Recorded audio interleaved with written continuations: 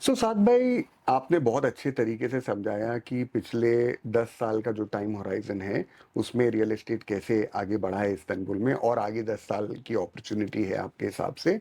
तो आप थोड़ा-सा हमको इस पे भी इलैबोरेट कीजिए।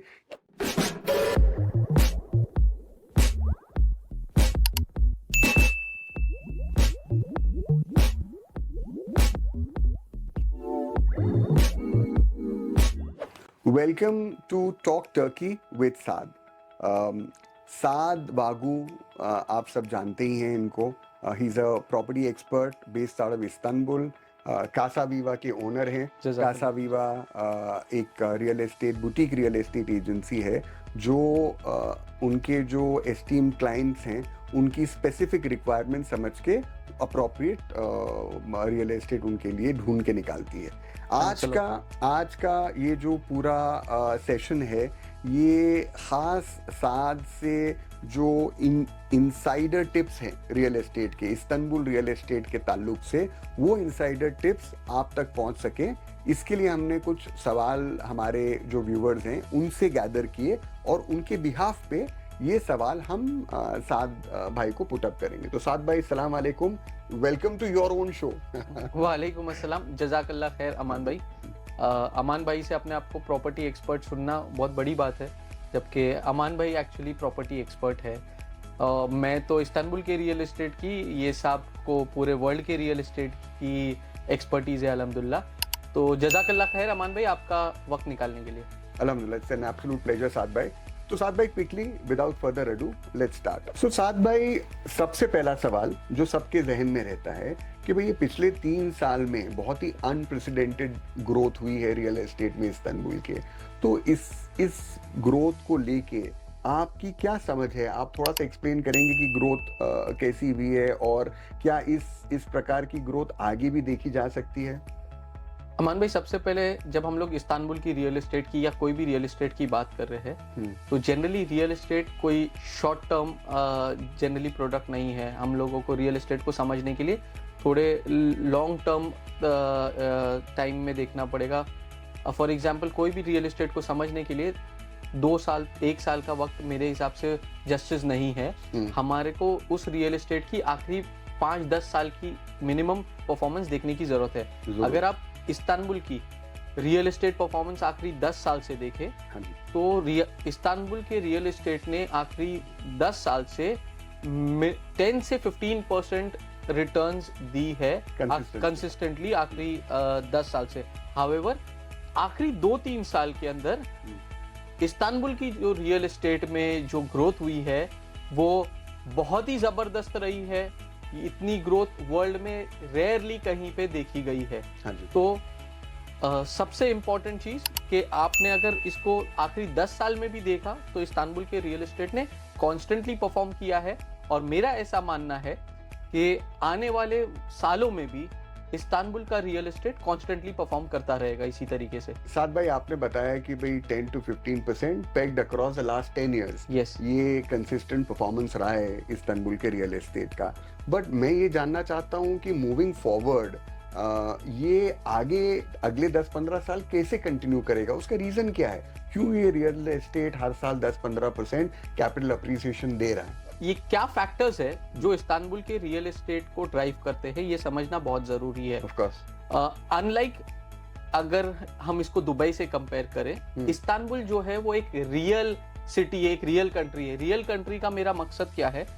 यहाँ की जो रियल एस्टेट ग्रोथ है वो unlike foreign investor, unlike tourism, यहाँ की लोकल इकोनॉमी, यहाँ के लोकल लोग ड्राइव करते हैं। ऑफ कोर्स, सबसे इंपॉर्टेंट, अगर आप यहाँ पे आखिरी 10-15 साल में टर्किश इकोनॉमी पे फोकस करें, आप देखें कि टर्किश इकोनॉमी ने जिस तरीके से परफॉर्म की है उसी तरीके से इस्तांबुल का रियल एस्टेट भी परफॉर्म किया है। आखिरी 10-15 साल में अगर आप देखें, टर्की टूरिज्म का कैपिटल बना है, टर्की मैन्युफैक्चरिंग जायंट बना है, टर्की सर्विसेज में और बहुत सारे सेक्टर्स में यहाँ की इकोनॉमी ने अच्छा परफॉर्म की है। लोगों की बाइंग कैपेसिटी बढ़ी है और वो कॉन्स्टेंटली बढ़ रही है। इस फैक्टर की वजह से मुझे ऐसा लगता है कि जितना अभी तक अप्रिसिएशन नहीं हुआ है उससे बहुत ज्यादा होना बाकी है और आने वाले वक्त में आप कांस्टेंट रिटर्न्स ऑन इन्वेस्टमेंट देखेंगे और कांस्टेंट अप्रिसिएशन देखेंगे इस्तांबुल के रियल एस्टेट में। वंडरफुल। सो साद भाई, आपने बहुत अच्छे तरीके से समझाया कि पिछले 10 साल का जो टाइम होराइजन है उसमें रियल एस्टेट कैसे आगे बढ़ा है इस्तांबुल में, और आगे 10 साल की अपॉर्चुनिटी है आपके हिसाब से। तो आप थोड़ा सा हमको इस पे भी एलैबोरेट कीजिए कि इस्तांबुल के अंदर what are the key localities, suburbs जहां पर इन्वेस्टमेंट आपके हिसाब से is going to prosper in the days to come. Aman भाई, ये कौन से एरियाज है जो आने वाले वक्त में आपको अच्छे रिटर्न्स देंगे? यहाँ पे अगेन वही फॉर्मूला मैं चाहूँगा कि अप्लाई हो, क्योंकि इस्तांबुल के रियल एस्टेट को जो मेन ड्राइविंग फोर्स है, ठीक है, वो लोकल टर्किश है। तो हमको लोकल टर्किश के कौन से फेवरेट एरियाज है, वो आने वाले वक्त के हिसाब से कहाँ पे इन्वेस्ट कर रहे हैं, टर्किश लोगों की डिमांड क्या है, वो समझना बहुत ज़रूरी है। क्योंकि अगर आज भी देखें हम लोग तो फॉरेनर्स का जो बाइंग परसेंटेज है वो टर्की में इस्तांबुल के रियल एस्टेट में 3 to 5% के आसपास है। सो 95% क्राउड जहां बाय करेगा वो एरियाज ऑब्वियसली प्रॉस्पर करेंगे। जैसे कि जनरली जो फॉरेनर्स यहाँ पे इन्वेस्ट करने की कोशिश करते हैं और आखिरी 3-4 साल से हमने देखा, तो उनके पास जनरली जो ऑप्शंस जो लोग ऑप्शंस देते हैं लोगों को, वो कुछ सबब्स है यूरोपियन साइड के, जैसे कि बेलिकदुजू हो गए, बशाक शहीर हो गया, एसेन्यूर्ट हो गया। ये एरियाज जनरली लोगों को ऑफर किए जाते हैं, जो मेरे हिसाब से दो वो एरियाज अच्छे हैं, डेवलपमेंट अच्छी हुई है, लेकिन अगर आप मुझे पूछेंगे कि क्या वो इन्वेस्टमेंट के लिए आइडियल ऑप्शन है, तो मेरे हिसाब से बिल्कुल नहीं। रीजन उसके पीछे क्या है, लोकल टर्किश जो मेजॉरिटी है उनके बहुत पसंदीदा एरियाज नहीं है। ट्रांसपोर्टेशन जो इन सबब से सेंट्रल इस्तांबुल के लिए है वो बहुत अच्छा नहीं है। इसके अपोजिट में, ठीक है, साथ में मैंने ये भी सुना है कि आजकल टीआरसी के लिए ये जो एरिया थे बेलिकदुजू, एसेन्यूर, तवचिलार, इस पॉकेट के जो एरियाज हैं वहां पर टीआरसी रेसिडेंस बाय करने की बेसिस पे टीआरसी नहीं मिल रही है। यूरोपियन साइड पे फॉर एग्जांपल एसेन्यूर हो गया, ऐसे बहुत सारे डिस्ट्रिक्ट्स हैं जिन पे अगर अभी फॉरेनर इन्वेस्ट भी करेगा तो he can not get a residency. तो ट्रांसपोर्टेशन उतना स्ट्रांग नहीं है, लोकल की फेवरेट जगह नहीं है, स्टॉक ज्यादा है, ठीक है, स्टॉक ज्यादा है। तो उसके अपोजिट में मेरे ख्याल से एशियन साइड पे जहां लोकल मारमाराई ट्रेन चलती है, आपको एक सिंगल ट्रेन से European side city centre areas में 20-25-30 मिनट्स में आप इजीली कम्यूट कर सकेंगे। ऐसे बहुत ज्यादा अच्छे टर्किश लोगों के बहुत ही पसंदीदा मारमराई कोस्ट लाइन पे एरियाज है। फॉर एग्जांपल हम अता शहीर की बात करें, उमरानी की बात करें, कोस्ट पे मालते पे, करताल, पेंडिक, ये कुछ बहुत ही खूबसूरत, बहुत ही सेफ एरियाज है। फॉर एग्जांपल यूरोपियन साइड के जो सेंटर के एरियाज है वो भी सेंटर से बहुत करीब है, लेकिन वहाँ पे बहुत ज्यादा टूरिस्ट एक्टिविटीज होने की वजह से एक लोकल टर्किश जो है वो अपनी ऑफिस वहाँ रखना पसंद करेगा, रहना वहाँ पसंद नहीं करेगा। सो वो पसंद करेगा कि मैं कारताल से एक ट्रेन लेकर के रोज फॉर एग्जांपल ग्रैंड बाजार चले जाओ, अगर उसकी ऑफिस है तो शिशिली चले जाओ, अपना काम करके वापस एशियन साइड पे आए। ये लोकल टर्किश लोगों की एक मेंटालिटी है जो मैं आपको बताया। यहाँ पे इंफ्रास्ट्रक्चर वगैरह ट्रांसपोर्ट के अलावा कैसा है? ओवरऑल सबसे पहली चीज, एक चीज ये समझना जरूरी है कि एज अ फॉरेनर बहुत सारे लोगों को ऐसी दिमाग में एक मिथ होती है कि यूरोपियन साइड थोड़ा यूरोपियन है और एशियन साइड में कुछ फर्क होगा। इसका एक जवाब मेरे एक दोस्त ने दिया था, जो पहले आया तो उसको एशियन साइड के बारे में पता नहीं था, तो मैंने उसको लेके आया और यहाँ पे मैंने उसको एशियन साइड बताया। तो उसने एक चीज बोला मेरे को कि the Asian side of Istanbul is more European than the Asian side. Than the European side. तो एशियन साइड और यूरोपियन साइड में कोई भी डिवाइड नहीं है। एशियन साइड का इंफ्रास्ट्रक्चर, हेल्थ केयर, इनफैक्ट अगर आपको बताऊं, क्योंकि एशियन साइड पे जो पॉपुलेशन है, लैंड साइज बहुत अच्छी है, कोस्ट ज्यादा मिलता है, जमीन अच्छी है, यहाँ पे जो पॉपुलेशन के ऊपर हर पर पर्सन के ऊपर जो एम्यूनिटीज अवेलेबल है वो यूरोपियन साइड से ज्यादा है। So you get to enjoy. For example मैं आपको एक छोटी सी एग्जांपल देता हूँ। यूरोपियन साइड पे अगर आप कोस्ट की बात करें, आप साहिल की बात करें, तो आपको एक फ्लोरिया का ज़ेतिनबुर्नु का बेल्ट मिलता है। उसके बाद में आपको आगे एफजिलार का रीजन मिलता है। लेकिन अगर आप उसके अगेंस्ट में पॉपुलेशन देखिए यूरोपियन साइड की, हाँ जी, तो ह्यूज है और फिर इतना बड़ा टूरिस्ट भी होता है। Of course. आप आप वीकेंड पे ये साहिल को एक्सेस नहीं कर सकते ज्यादातर लोग बहुत इजीली।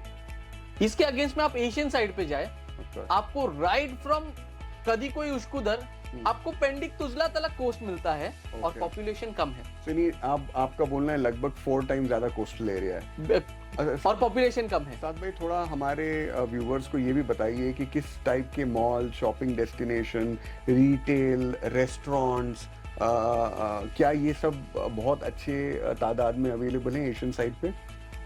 हर चीज जो यूरोपियन साइड पे मौजूद है, ऐसा कुछ भी नहीं है जो एशियन साइड पे नहीं है। हाँ. मतलब आप फॉर एग्जांपल रेस्टोरेंट्स की चेन्स की बात करें, डेजर्ट शॉप्स की बात करें, मॉल्स की बात, फॉर एग्जांपल आपका बहुत ही फेमस ईमार स्क्वायर मॉल, ठीक है, यहाँ पे है। आपका वियापोर्ट आउटलेट मॉल एशियन साइड पे है।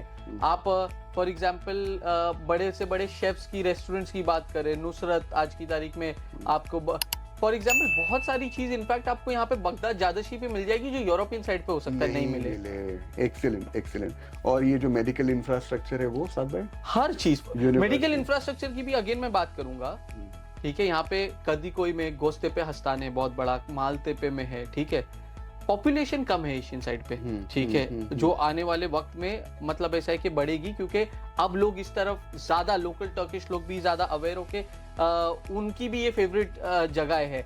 तो आपको हॉस्पिटल है, ठीक है, जो लोड है हॉस्पिटल पे यूरोपियन साइड के कंपैरिजन में कम है। मैं आपको एक और छोटा सा एग्जांपल बोलता हूँ। मेरे जो लोग दोस्त है जो इन एरियाज में एसिन्यू या बेलिक साइड पे रहते हैं, वो बोलते हैं कि हम लोग अपने बहुत सारे काम के लिए गवर्नमेंट इंस्टीट्यूट्स में कभी जाना है तो हम लोग प्रेफर करते हैं, फॉर एग्जांपल मेरे एक दोस्त का घर एशियन साइड पे भी है, यूरोपियन साइड पे भी है, वो प्रेफर करता है कि मैं एशियन साइड पे जाऊं। मैंने पूछा क्यों? क्योंकि उसने बोला एसिन्यूट की ऑफिसेज में या बेलिक दूजू की ऑफिसेज में, टैक्स ऑफिस वगैरह में इतना लोड रहता है कि हम लोगों को ज्यादा वक्त लगता है। उसके कंपेरिजन में एशियन साइड पे हमारे लिए ज्यादा ईजी होता है। Excellent excellent.